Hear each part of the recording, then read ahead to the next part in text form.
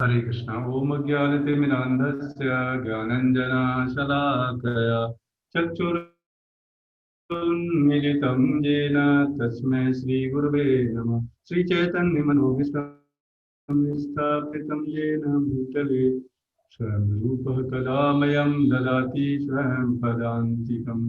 वन्देऽहं श्रीगुरो श्रीयुतपदकमलं श्रीगुरुन् वैष्णवांश्च श्रीरूपं साग्रजातं सहिगणरघुनाथवितं तं सजीवम् साद्वैतं सावधूतं परिजनसहितं कृष्णचैतन्यदेवं श्रीराधा कृष्णपादान् श्रीगणललिता श्री विशाखान्वितांश। हे कृष्ण करुणा सिंधु दीनबंधु जगत्पते गोपेश गोपिका कांत राधा कांत नमोस्तुते। भक्त कांचन गौरांगी राधे वृंदावनेश्वरी वृषभानुसुते देवी प्रणमामि हरिप्रिये। वाञ्छाकल्पतरुभ्यश्च कृपा सिन्धुभ्यैव च पतितानां पावनेभ्यो वैष्णवेभ्यो नमो नमः। जय श्री कृष्ण चैतन्य प्रभु नित्यानंद श्री अद्वैत गदाधर श्रीवासादि गौरभक्त वृंद। हरे कृष्णा कृष्ण कृष्ण हरे हरे हरे राम राम राम हरे हरे। हरे कृष्णा। तो आपका हार्दिक स्वागत आज के सेशन में भगवत गीता का सेकंड चैप्टर का 12 वर्ष, बड़ा फेमस वर्ष है ये, और इसके बारे में डिस्कस करेंगे आज।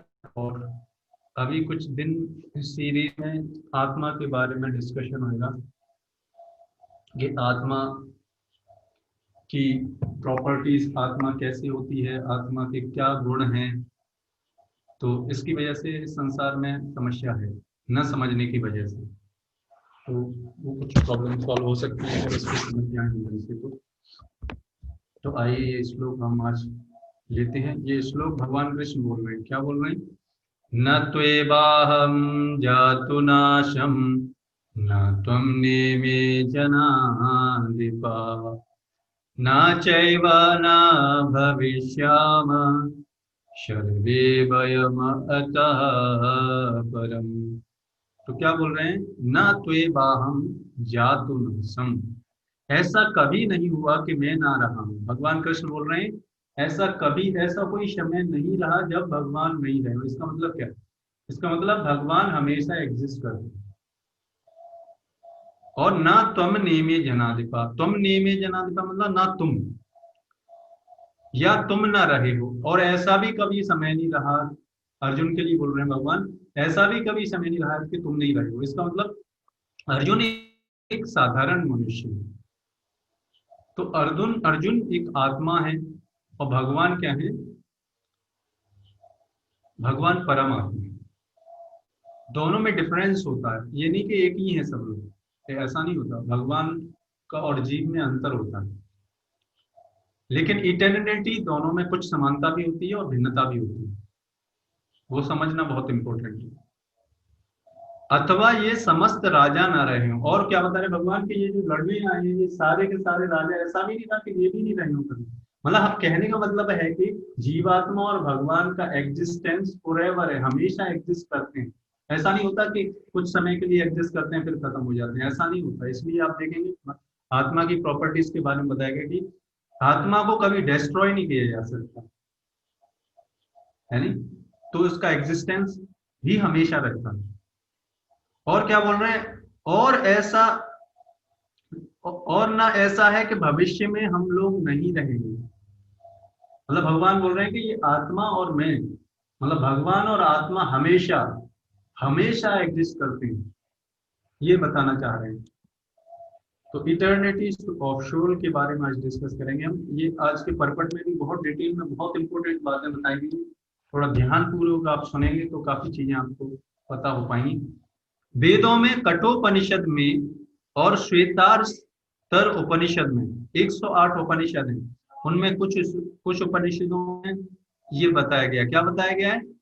भी कहा गया है कि जो श्री भगवान असंख्य जीवों के कर्म तथा कर्म फल के अनुसार उनकी अपनी अपनी परिस्थिति में पालक हैं, वही भगवान अंश रूप में हर जीव के हृदय में वास करते हैं। और क्या बताया जा रहा है, भगवान हर जीवात्मा के हृदय में, चाहे वो चींटी भी क्यों ना हो, छोटी से छोटी प्रजाति क्यों ना हो, छोटी से छोटी स्पीसीज क्यों ना हो, उन सब के हृदय में भगवान परमात्मा के रूप में विराजमान है। आत्मा है और आत्मा के साथ परमात्मा भी है। और परमात्मा का कार्य क्या है, केवल देख रहे हैं हमको, हमारी एक्टिविटीज को मॉनिटर कर रहे हैं। उपद्रष्टा अनुमंता, अच्छा ये भगवान परमात्मा का रोल है। केवल साधु पुरुष जो एक ही ईश्वर के भीतर बाहर देख सकते हैं, पूर्ण और शाश्वत शांति प्राप्त कर पाते हैं। कहने का मतलब है सुख और शांति जीवन में उसी व्यक्ति के जीवन में आ सकती है जो भगवान के पूर्णतः शरणागत हो गया हो। नित्यानाम चेतनानाम एको बहुनाम यो विदधाति कामान तमस्तये अनुपश्यन्ति धीरे तेषाम शांति शाश्वती नेतरेषाम। ये कठोपनिषद में बताया गया है, उसके सेकंड सेक्शन की सेकंड चैप्टर के 13 वर्ष में क्या बताया गया है, जो वैदिक ज्ञान अर्जुन को प्रदान किया गया वही विश्व के उन पुरुषों को भी प्रदान किया जाता है जो विद्वान होने का दावा तो करते हैं किंतु जिनकी ज्ञान राशि न्यून है। भगवान यह स्पष्ट कहते हैं कि वे स्वयं अर्जुन तथा युद्ध भूमि में एकत्र सारे राजा शाश्वत प्राणी हैं और इन जीवों की बद्ध तथा मुक्त अवस्थाओं में भगवान ही एकमात्र उनके पालक है। तो आत्मा हमेशा एग्जिस्ट करता है, बस इतना अंतर है कि कुछ समय वो भगवान को भूला रहता है।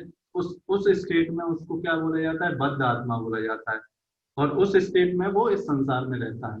जैसे ही वो भगवान को याद कर लेता है, जैसे ही वो भगवान को अपने जीवन में ऐड कर लेता है, जैसे ही वो भगवान के साथ अपना रिलेशन एस्टेब्लिश कर लेता है, तो फिर वो भगवान के धाम में चला जाता है और उस समय उसको क्या बोला जाता है, मुक्त पुरुष बोला जाता है।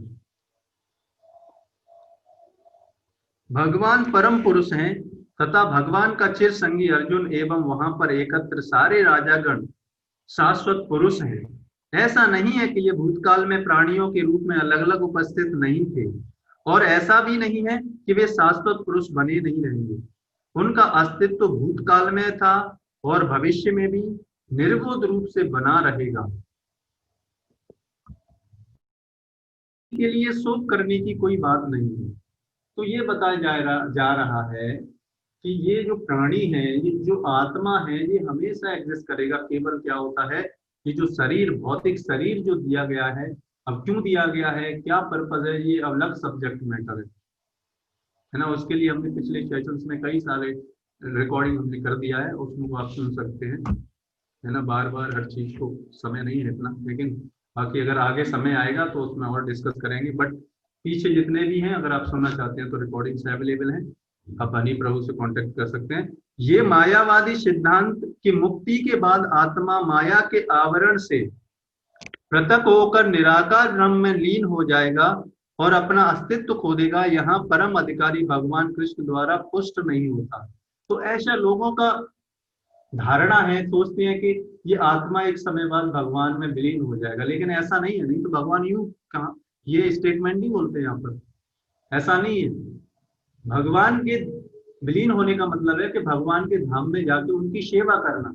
विलीन नहीं होते शरीर में उनके, आत्मा का एग्जिस्टेंस हमेशा रहता है। इसलिए भगवान यहाँ पर इस थ्योरी की, जो गलत थ्योरी है कि मर्ज हो जाते हैं, इसकी भगवान पुष्टि नहीं करते। ये तथागत सो कॉल्ड लोगों ने, सो कॉल्ड दार्शनिक लोगों ने अपनी थ्योरी बना दी है। शास्त्रों में इसकी पुष्टि कहीं नहीं मिलती। नहीं इस सिद्धांत का समर्थन हो पाता है कि बद्ध अवस्था में ही हम अस्तित्व का चिंतन करते हैं। यहाँ पर कृष्ण स्पष्टतः कहते हैं कि भगवान तथा अन्यों का अस्तित्व भविष्य में भी अक्षुण्य रहेगा, जिसकी पुष्टि उपनिषदों द्वारा भी की जाती है। कृष्ण का यह कथन प्रामाणिक है क्योंकि कृष्ण माया वश्य नहीं है, और यदि अस्तित्व तत्व न होता तो फिर कृष्ण इतना बल क्यों देते। और वह भी भविष्य के लिए। मायावादी यह तर्क कर सकते हैं कि कृष्ण द्वारा कथित अस्तित्व आध्यात्मिक न होकर भौतिक है। यदि हम इस तर्क को कि अस्तित्व भौतिक होता है स्वीकार भी कर लें, तो फिर कोई कृष्ण के अस्तित्व को किस प्रकार पहचानेगा? कृष्ण सदा सर्वदा अपना अस्तित्व बनाए रहते हैं, नहीं नहीं है। यदि उन्हें सामान्य चेतना वाले सामान्य व्यक्ति के रूप में माना जाता है, तो प्रामाणिक शास्त्र के रूप में उनकी भगवत गीता की कोई महत्वता नहीं। एक सामान्य व्यक्ति मनुष्यों के 4 अवगुणों के कारण श्रवण करने योग्य शिक्षा देने में असमर्थ रहता है। गीता ऐसे साहित्य से ऊपर है। तो सामान्य मनुष्य में 4 दोष होते हैं। पिछले सेशनों में हमने डिटेल में डिस्कस किया था। क्या? इम्परफेक्ट सेंसेस, इंद्रियां अपूर्ण होती हैं, उसकी वजह से व्यक्ति भ्रमित रहता है। भ्रमित होने की वजह से व्यक्ति गलती करता है, और गलती करने की वजह से गलतियों को छुपाता है। ये 4 दोष सामान्य मनुष्य में होते हैं, लेकिन भगवान और मुक्त आत्मा इनसे ऊपर होते हैं, उनमें ये 4 दोष नहीं पाए। इसलिए ये शास्त्र ऐसे मुक्त आत्मा और भगवान द्वारा दिए जाते हैं, ना कि ये साधारण 4 दोषों से युक्त मनुष्य के द्वारा शास्त्र नहीं दिए जाते। इसलिए बताया जा रहा है गीता ऐसे साहित्यों से ऊपर है। कोई भी संसारी ग्रंथ गीता की तुलना नहीं कर सकता, है ना। जब फर्स्ट सेशन हमने 23 जुलाई को दिया था, हमने पहले ही आपको बताया था कि जो भगवत गीता का ज्ञान है, ये इस विश्व की किसी भी यूनिवर्सिटी में दिए गए ज्ञान की बराबरी नहीं कर सकता। ये ज्ञान हमेशा उच्च है, और इसीलिए इस ज्ञान को दिव्य बताया गया है। श्री कृष्ण को सामान्य व्यक्ति मान लेने पर गीता की सारी महत्ता जाती रहती है। अगर कृष्ण को परम भगवान नहीं एक्सेप्ट करेंगे, तो ये भगवत गीता भी सामान्य लिटरेचर की तरह हो जाएगा, है कि नहीं। जो आजकल सो कॉल्ड लोग राइटर लिख देते हैं, उनकी तरह नहीं है। मायावादियों का तर्क है कि इस श्लोक में वर्णित दैव लौकिक है और शरीर के लिए प्रयुक्त हुआ है, किंतु इसके पहले वाले श्लोक में ऐसी देहात्म बुद्धि की निंदा की गई है कि कृष्ण पुनः शरीर वक्तव्य को दोहराते हैं। अतः यह अस्तित्व आध्यात्मिक आधार पर स्थापित है, और इसकी पुष्टि रामानुजाचार्य तथा अन्य आचार्यों ने भी की है। गीता में कई स्थलों पर इसका उल्लेख है कि यह आध्यात्मिक अस्तित्व केवल भगवत भक्तों द्वारा ज्ञेय है। ये ज्ञान इतनी आसानी से नहीं समझ सकता कोई व्यक्ति। जो लोग भगवान कृष्ण का विरोध करते हैं, उनकी इस महान साहित्य तक पहुंच नहीं हो पाती, है ना। जो भगवान कृष्ण को भगवान नहीं मानते, वो भगवत गीता को भी नहीं समझ सकते। भक्तों द्वारा गीता के उपदेश देने का प्रयास मधुवक के द्वारा मधु पात्र चाटने के समान है। उससे शहद नहीं मिलेगा, मतलब शहद बोतल के अंदर है और बंद है ऊपर ढक्कन से, और मधुमक्खी बाहर से कितना भी प्रयास करे उसे मधु शहद थोड़ी मिलेगा। तो जो लोग भगवान पर विश्वास नहीं करते, भगवान कृष्ण को परम भगवान नहीं मानते, वो इस ज्ञान को नहीं समझ पाएंगे। इसी प्रकार भगवत गीता के रहस्यवाद को केवल भक्त ही समझ सकते हैं। इसलिए आप देखो कितने लोग भगवत गीता पढ़ते हैं संसार में, सब पढ़ते हैं, लेकिन सब कैसे पढ़ते हैं? अपने मन के हिसाब से, इसलिए ही करते हैं। जैसा कि इसके 4th अध्याय में कहा गया है, न ही गीता का स्पर्श ऐसे लोग कर पाते हैं जो भगवान के अस्तित्व का ही विरोध करते हैं। अतः मायावादियों द्वारा गीता की व्याख्या मानो समग्र सत्य का सराकर भ्रामक निरूपण है। भगवान चैतन्य ने मायावादियों द्वारा की गई भगवत गीता की व्याख्याओं को पढ़ने का निषेध किया है। ऐसे सुपॉल्ड राइटर के द्वारा लिखी गई भगवत गीता को नहीं पढ़ना चाहिए। क्योंकि पढ़ने से आपके हृदय में ये भगवत ज्ञान, जो दिव्य ज्ञान जिसके लिए भगवान कृष्ण ने भगवत गीता, वो नहीं आएगा। हाँ, आप अपने बिजनेस को थोड़ा ठीक कर लो, उससे मैनेजमेंट के लिए है कि जो कोई ऐसे मायावादी दर्शन को ग्रहण करता है, वह गीता के वास्तविक रहस्य को समझ पाने में असमर्थ रहता है। यदि अस्तित्व का अभिप्राय अनुभव्य गम्य ब्रह्मांड से है, तो भगवान द्वारा उपदेश देने की कोई आवश्यकता ही नहीं। ठीक, आत्मा तथा परमात्मा का द्वैत शाश्वत सत्य है। इसकी पुष्टि वेदों द्वारा होती है, जैसा कि ऊपर कहा जा चुका है। तो आप देखेंगे ये जो ज्ञान है भगवत गीता का, अब इसमें ये बताया जा रहा है आज के श्लोक में, और प्रपट में भी इतना सब चीज बताई गई है कि आत्मा और भगवान में अंतर होता है। कुछ लोग भ्रम करते हैं कि ये आत्मा ही भगवान है, ऐसा नहीं है। आत्मा भगवान नहीं होती।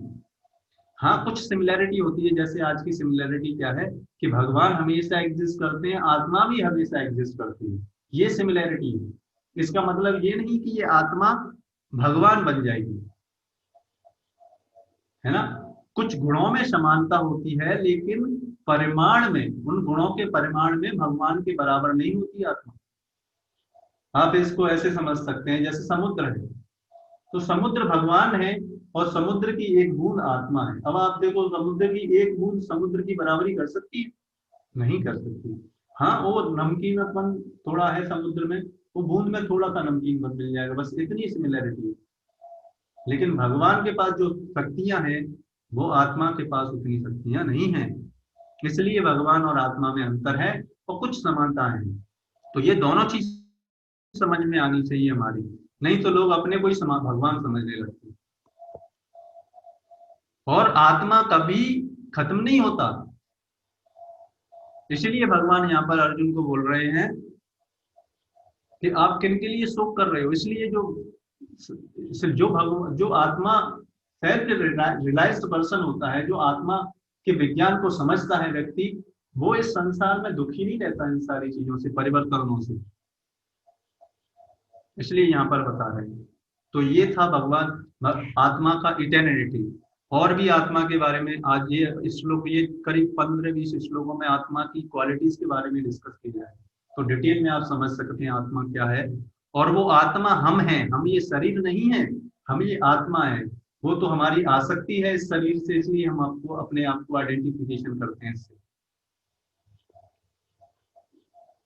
तो यहाँ पर और भी इस सीरीज में कलयुग के बारे में, भागवतम के बारे में, स्कंद के दूसरे अध्याय के 35वें श्लोक में आगे क्या बता रहे हैं सुखदेव गोस्वामी, क्या वर्णन कर रहे हैं, ये सुनते हैं। इत्येष मानवो वंशो यथा संख्यायते भुवि तथा विच शूद्र विप्राणाम तास्ता ये युगे युगे। यहाँ पर सुखदेव गोस्वामी बोल रहे हैं क्या, इस प्रकार मैंने मनु के राजवंश का वर्णन किया। अभी तक भागवतम के 11वें स्कंद तक भगवान सुखदेव गोस्वामी ने जो मनु मनु मतलब जिनसे ये मानव जाति आई है, मनु एक मनवंतर, ऐसे एक ब्रह्मा के दिन में 14 मनु होते हैं, और वो बहुत बड़ा लंबे समय होता है, कभी आएगा आगे समय तो आपको डिटेल में बताएंगे। और वो मनवंतर ब्रह्मा का एक दिन बहुत बड़ा होता है, छोटा मोटा नहीं होता है ना। तो ऐसे एक दिन में मनु आते हैं 14, और ऐसे 14 मनु के बारे में ये सुखदेव गोस्वामी बता चुके हैं। आप देखो, हर मिलेगी, और इन शास्त्रों में जब से क्रिएशन हुआ है तब से लेकर और भविष्य में क्या होगा तब तक की सारी चीजें इन शास्त्रों में बताई गई। सोचो आप। तो अभी तक सुखदेव गोस्वामी बोल रहे हैं, इस प्रकार मैंने मनु के राजवंश का वर्णन किया जिस रूप में वह पृथ्वी पर विख्यात है। और भी लोगों का वर्णन किया है, जिस तरह पृथ्वी पर और भी स्वर्ग लोक, और भी लोगों के, ब्रह्मांड के और भी विभिन्न भागों के बारे में भी बताया है भागवतम में। विख्यात है, कह सुनाया, मैंने बता दिया आपको। सुखदेव गोस्वामी बोल रहे हैं परीक्षित महाराज को। इसी प्रकार से विविध युगों में रहने वाले वैश्यों, शूद्रों तथा ब्राह्मणों के इतिहास का अध्ययन किया जा सकता है। और सुखदेव गोस्वामी बोल रहे हैं कि केवल ये भागवतम में इतना नॉलेज दिया, इतना ही नहीं है, बहुत ज्ञान है, लेकिन उसके लिए उतनी योग्यता होनी चाहिए समझने के लिए, है ना। तो हर किसी को वो चीजें एक्सेस नहीं होती इस ब्रह्मांड की। ये बहुत रेयर पर्सनैलिटी होते हैं, जो भगवान के भक्त होते हैं, उन्हीं को ये चीजें ज्ञात रहती हैं, और वो उनके माध्यम से ये शास्त्रों में जितना हमको चाहिए उतना चीज अवेलेबल है, जो हमारे जीवन के उद्देश्य को हासिल करने के लिए चाहिए उतनी चीजें दे रखी है पहले से। क्यों? क्योंकि हर क्षण क्या होगा और उसके बारे में जानने से भी क्या फायदा। लेकिन यहाँ पर सुखदेव गोस्वामी बता रहे हैं कि इसी तरीके से मनुओं के साथ साथ इन लोगों के बारे में भी बताया जा सकता है, लेकिन उनसे डिटेल में वर्णन करने से क्या होगा। और भी आगे और भी प्रोडिक्शन हम डिस्कस करेंगे इसके बारे में। तो आज हमने डिस्कस किया कि आत्मा हमेशा एग्जिस्ट करती है और कभी इसका खात्मा नहीं होता। और भगवान और आत्मा में अंतर रहता है, दोनों ही शाश्वत हैं। ये है आज का डिस्कशन। और कल फिर और भी आत्मा की और भी क्वालिटीज बताई जाएंगी, तो वो हम समझ पाएंगे धीरे धीरे करके। तब हम ये रियलाइज कर पाएंगे कि हम ये शरीर नहीं है, हम ये आत्मा है। तब ये विश्व की सारी प्रॉब्लम इसी की वजह से है कि हम अपने आप को शरीर मानते हैं। जब धीरे धीरे करके तब हम ये रियलाइज कर पाएंगे, तब हमारे जीवन में हम अपने जीवन को के लिए, अब अपने कार्य को, अपने जीवन को, यानी मतलब अपने सारे कार्यों को, जीवन के उद्देश्य को हासिल करने में लगा पाएंगे। तो इसी के और भी जानना चाहते हैं तो हमारा ग्रुप है जर्नी ऑफ सेल्फ डिस्कवरी, उस पर आप ज्वाइन कर सकते हैं और भी इस तरीके के सेशंस में आने के लिए, फिर और पर्सनल गाइडेंस के लिए उसमें और ज़्यादा आप समझ सकते हैं इन सारी चीज़ों से, है ना। तो इस तरीके से हम इसको, आज के सेशन को हम यहीं पे विराम देते हैं।